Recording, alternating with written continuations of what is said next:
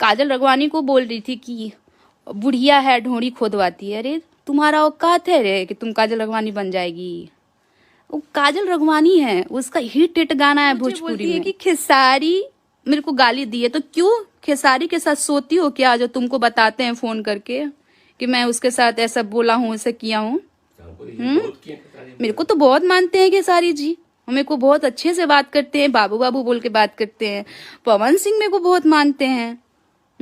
आप बोलती हो पवन सिंह, आप मेरे को गाली दिए हैं, बताओ। एक लेवल पे बैठी है, खुलेआम तुम बोलती हो कि तुम किस सब सो के आई, तो यानी कि तुम भी सो के आई हो? तुम किसी का सर्टिफिकेट दे रही हो क्या? हाँ, कैरेक्टर का अपना कैरेक्टर झांक के देखो कि कहाँ से कोठे से उठ के आई हो। नहीं, सॉरी, तुम्हारा हाल तो कोठे वाला ही है, लगता है कोठे से ही उठ के आई हो, क्योंकि एक अच्छे घर की लड़कियां का ऐसा चाल चलन नहीं होगा। दूसरी बात, मेरे को बोलती है कि मर्द बदलती है, बाप के उम्र का आदमी रखती है, बॉयफ्रेंड से पर्स निकलवाती है। अरे कौन बोला आपको ऐसा? आप भी कच्चे कान की हो क्या बहन?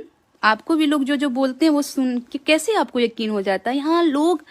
यहाँ तो सीता बदनाम थी, तो हम किस गली के हैं?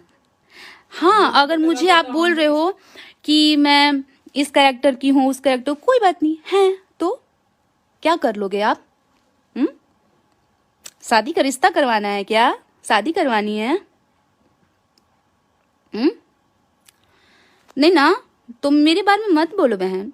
मैंने किसी मीडिया ने मुझे पूछा था इस लड़की के बारे में, मैंने बोला था कि मेरे लेवल की नहीं है, मेरे लेवल से बहुत ऊपर है वो। तो जो मेरे लेवल का रहेगा उसके बारे में ना बात करेंगे भाई, आप ही बताइए क्या गलत बोले इसमें। उसके बाद तो जैसी तमतमा गई मैडम, दम मतलब पिछवाड़े में आग लग गया उनके। इतनी सी बात पे, अरे बाप रे बाप। बोलती है कि इतना दिन से क्या उखाड़ लिया उसने? कुछ नहीं।